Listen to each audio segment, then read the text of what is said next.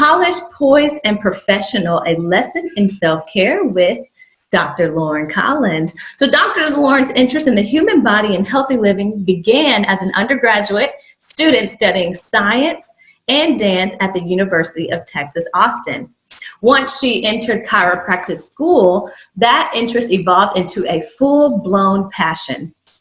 Chiropractic science exposed her to holistic health principles, which recognizes that the human body has an innate wisdom and health begins from the inside out.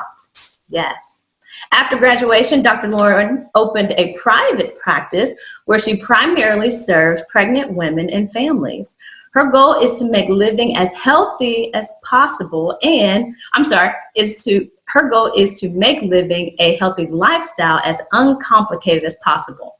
While there are no magic bullet solutions, you don't have to go broke, spend all of your time, or overhaul your life overnight to be healthy. So without further ado, Dr. Lauren Collins.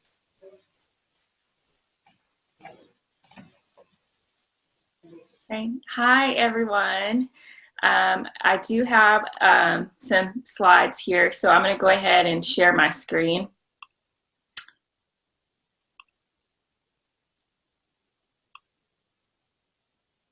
And thank you for that introduction.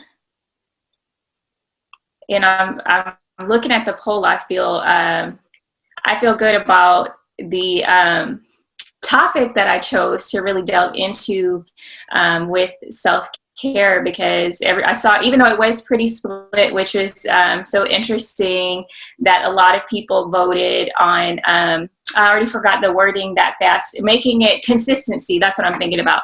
The consistency that it takes just to stay on your self-care regimen.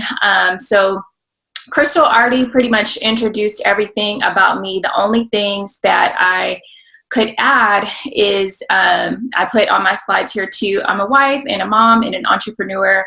So that was part of the inspiration for, outside of my practice, also starting my blog where I share even more information, and just understanding that as women with all of these different things on our plate, it can be overwhelming sometimes, feel complicated to stay on top of our self-care routine and be able to really take care of ourselves. So just know that I'm right there with you in the same boat. I'm actually, speaking of being a mom, I'm in my child's nursery right now because that's where the best light and Wi-Fi is. So I understand what it takes to wear all these hats and still be in a position where you're trying to take the best care of yourself as well. So I broke it down into 3 different things I want to touch on today. And I wanted to make this more, since originally I was thinking of making it at the conference where we would have a different type of interaction and stuff like that. Initially, I was thinking about doing kind of a worksheet or workbook style where you guys could think about building your own self-care plan. And so in that same vein, I'm thinking about us doing the same thing, and that's kind of the framework that we're going to take for this lesson. So if you're a note taker, definitely this is the time that you can take notes and get your journal out, jot down these things, because I want you guys to be able to walk away from this and feel like, okay, I have some action steps that I can take and really implement new things into my regimen to take my self-care to the next level. So the first thing I wanted to talk about was self-care in the everyday. So like you guys voted, consistency can be a huge thing, and just feeling like, man, like maybe I got off to a good start. I started on a workout regimen and it fell off. Or I wanted to take more time for quiet time and journaling and what have you. And I did it for a few days and it's just been stop and start, that kind of thing. And so I want us to reframe our thought process around self-care and think about it more as your daily habits building one on another. So instead of it being like this event type of thing that we have to do, or even just overhauling your entire lifestyle for you to get to that point where you're implementing self-care on a regular basis, think about the small things that you're doing every single day. And number one, don't discount those things. And the smallest steps are really what is going to make the difference in terms of building that healthy foundation that we're all aiming towards. So I'll give you an example. When it comes to those daily habits, it could be maybe you carry your water bottle with you every day. Maybe it could be setting a specific time that you're going to rest and go to bed. It could be a checklist. I'm a huge checklist person. So something that I do every day is I'll start my day with 5 or 6 points of things that are the most important items on my to-do list. And they're not always action step related in regards to I have to get this done for work, or I have to run this errand. On that checklist, it could be that I drank my water today, I got my movement in, I'm going to create that time for prayer and journaling, I'm going to schedule that doctor's appointment or that therapy appointment and what have you. And so that's the first thing that I wanted to really just touch on, is to really check in with yourself and see if you have been in that mindset of thinking about your self-care as like, okay, I have to be this totally new person. I have to overhaul what I'm doing completely for it to count, and really start to reframe it from a standpoint of what is one small thing that I can do every day for myself, and how will I continue to build on that moving forward. So that's the first thing. So we can already start kind of thinking about that and getting our wheels turning. And then that moves us to the second thing, which is what comprises those pillars of self-care. So when I say pillars, these aren't, for lack of a better word, it's kind of punny when I'm thinking about it. That's why I'm laughing. With pillars, they don't have to be set in stone necessarily. So these are things that I have found from my practice and my experience with helping women. These are the top areas that we all need to address on a consistent basis when it comes to formulating a self-care regimen that's going to be well-rounded. So just to walk through them, and they're not in any particular order, we have movement, time in nature, nourishment, our spiritual, mental, and physical health. And so one thing that's not on here that I want to address as well, within these areas, we also may find that we need healing in some of these particular areas, whether it be, physically, or we need to take our bodies through a healing process, mentally, spiritually, our diet, maybe some healing needs to take place in how we're nourishing our bodies. So keep that in the back of your mind. But when it comes to these pillars, and when you're building that routine, you want to make sure that you're touching on all of these topics. And the reason why I wanted to bring this up is because I feel like in our society, kind of going back to those expectations and sometimes that external pressure of what it looks like to have your self-care routine down, to be just really killing it in terms of getting your health where it needs to be. It's very externally focused, especially in today's world where it's all about the aesthetic and, how does your body look? Even, how does your food look, since we're in the Instagram era and that kind of thing. But really what we want to think about is not just how our bodies look and feel on the outside, but also touching on some of those areas like our spiritual health. So whether it's something that you're going through specifically in your spiritual life, or just nourishing your spirit, spending that time with God. For me, I'm a huge journaling person. So for me, that looks like taking time in the morning to do a devotional, to say a prayer and journal for the day, spending that time with God. Mental. So that can be something as simple as taking some quiet time, breathing, meditation, or maybe you do need the support of a mental health professional, which I really highly recommend that for anyone, even if you're not having any struggles, because you can kind of think of that as a wellness checkup for your mind in the same way you would go see your doctors on a regular basis for your body. Physical, I think everyone is probably most familiar with. Nourishment. Are you eating not only are you eating healthy foods, but what is your relationship with food like? And making sure there's no guilt and shame, and again, external pressures over what nourishment looks like from the outside, because we're all individuals. So that's going to look different for everybody, and making sure we're being kind to ourselves and to our bodies with that. Time in nature. This is another one that I think gets super left out. And I'm from Houston, so people always joke about, people that are not from Houston joke about the fact that it's not one of the prettiest places in the world, and in Texas, to some, beauty's in the eye of the beholder, right? But when I say time in nature, again, it doesn't have to be over the top. We're not in an environment where I'm in DFW. I don't know where everybody is. Maybe we're all over the country and the world. If so, that's awesome. But that doesn't have to be a hike through the mountains or time at the beach. That can be, if you live in a small apartment and you don't even have a yard, that could be cracking your windows. That could be getting some sunshine. That could be taking a walk around your neighborhood. And so nature really has the potential and the ability to heal us, not just in, again, this abstract sense, but also in the physical sense when it comes to getting fresh air, getting sunshine that actually synthesizes vitamins and hormones within our bodies that our bodies need to function. So that's a really, really important one that we don't want to. Yes, I agree. Sharon said nature is very refreshing and relaxing for me.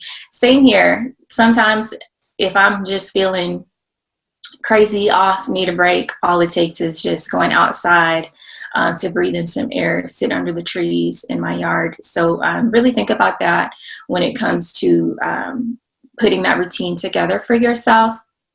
And movement. This is another pillar I wanted to spend a little more time on, because I feel like this can be, again, a hiccup for a lot of us. Because when we think movement and exercise, we think, okay, I need to get to the gym, I need to get a trainer, I need to be on, I need to be able to win a fitness competition by the time this is over with, which those are all valid goals and awesome things to do. But really consider your body, your resources, what you have access to, what fits for your life, because exercise doesn't always have to be a structured, extremely regimented thing for us. It can be something as simple as taking a walk with your family. That is a very valid form of exercise, as long as you're getting that movement in. There's a saying in chiropractic that movement is life, and just making sure that we're utilizing our bodies on a regular basis.